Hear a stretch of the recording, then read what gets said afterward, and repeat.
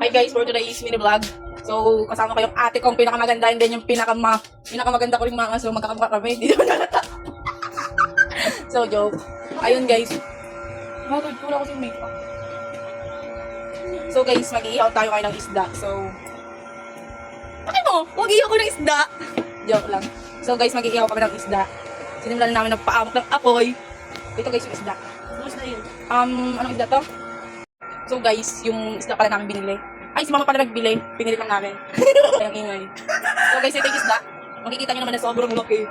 Then yung apoy, magiging okay na siya. Kasi masak din naman yung tapos may, ano kami niluluto. Si mama nagluluto, pero mangyayari lang tayo guys. So nato siya. Yada! Walang pakilaman sa dirty kitchen namin. Madami yung kitchen namin sa iyo. Yung galing mo. Huh? Yun guys, kala ni mama din namin sinama yung vlog. Di namin sinama sa video yung niluto niyang kasal. So gusto niya ma-reveal yung masarap niyang ulam. Masarap ba yung ulam mo, ma? Ay, okay, sige. So yun guys, pinilit lang ako ng ate ko mag-vlog. Eh ka dyan. So yun guys, sasalang na namin yung isda. Yun. Here. Salang mo na. Okay. Ha? Okay. Okay tayo na. Tinawa naman yung apoy. So okay lang yan. So yun. Ako to si Raquel Vera Aragon. Kilala mo sa'yo, wag mo lang kilala na sa likod ng muskara. Joke, kinaya ko lang si Batasay. So ayun na guys, nakasalang na siya. Sorry, dirty kitchen tayo ngayon. And then, kukumustahin natin yung luto ng mother ko. Magluto siya ng ginatang sitaw, magsasaeng. And then, may ulam kami kanina na isda pa rin. Isnahan ko nito. So, ito na kaming kanin.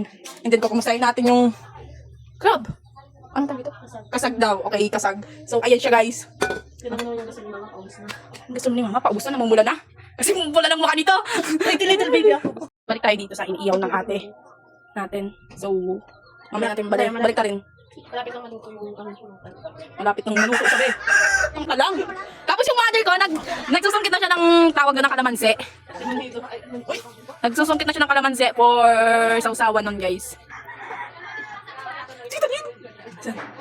Tita ko din, nandun. So, nakakit siya sa bubong. Nagkukuha sila ng kalamansi. Yun. Mga maasin na tao dito sa Siro. Susungkit ng kalamansi. So, yung isa nagsusungkit, yung isa naman nasa bubong. Reveal natin yung ano natin dito. May madilim. May madilim na part dyan. Ayun guys, super haggard ang bebe. Super haggard, di ba? So, ano pa kayo mo? Joke.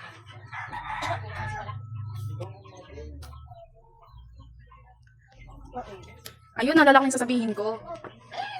Yun guys, habang nagsusungkit yung mama namin ng kalamansi, hindi nyo ba alam na pinagkakakitaan niya rin yan. So yun. Ma! Yun guys, sinutusan tayo ng mama natin. Okay, sige, done. So yun guys, pinapa-check sa atin yung mama yung niluluto niyang kasag. Here. Here ulit siya. Ma! Papa! Hugasin ba to? Okay, sige. So guys, di pa naman hugas, kaya okay pa yan siya. Tapos kung sa'yo natin yung niluluto natin siya dito. So ayan guys. Yun. Check mo na. Uy, yung dulo naman. Yung isda kang mali. Check natin ulit. Magalit yan siya guys. Kasi nga, nagsigaw daw ako, tinawag ko siya. Okay.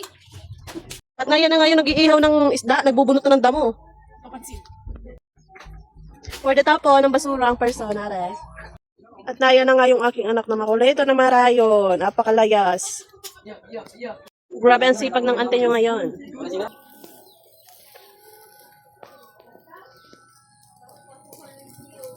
And guys, ito na pala yung mga kalamansing na kuha ni mama. Kung sino bibili, 5 piso isa. Joke. Kung sino bibili guys. So, nato. Ayan guys, sobrang dami nakuha si mama. Isang mangkok. Ano yan, anti-high blood. Tapos meron kami ditong katsara pa natitira para mamaya. Pero di ba siya ng high blood? Ganun. Okay, Joseph, saman. Ayaw kaming Siya lang sarap. may kapatid akong gamot. Siya lang sarap. Yung masukal. Asyo yan, asyo yan. Hatira.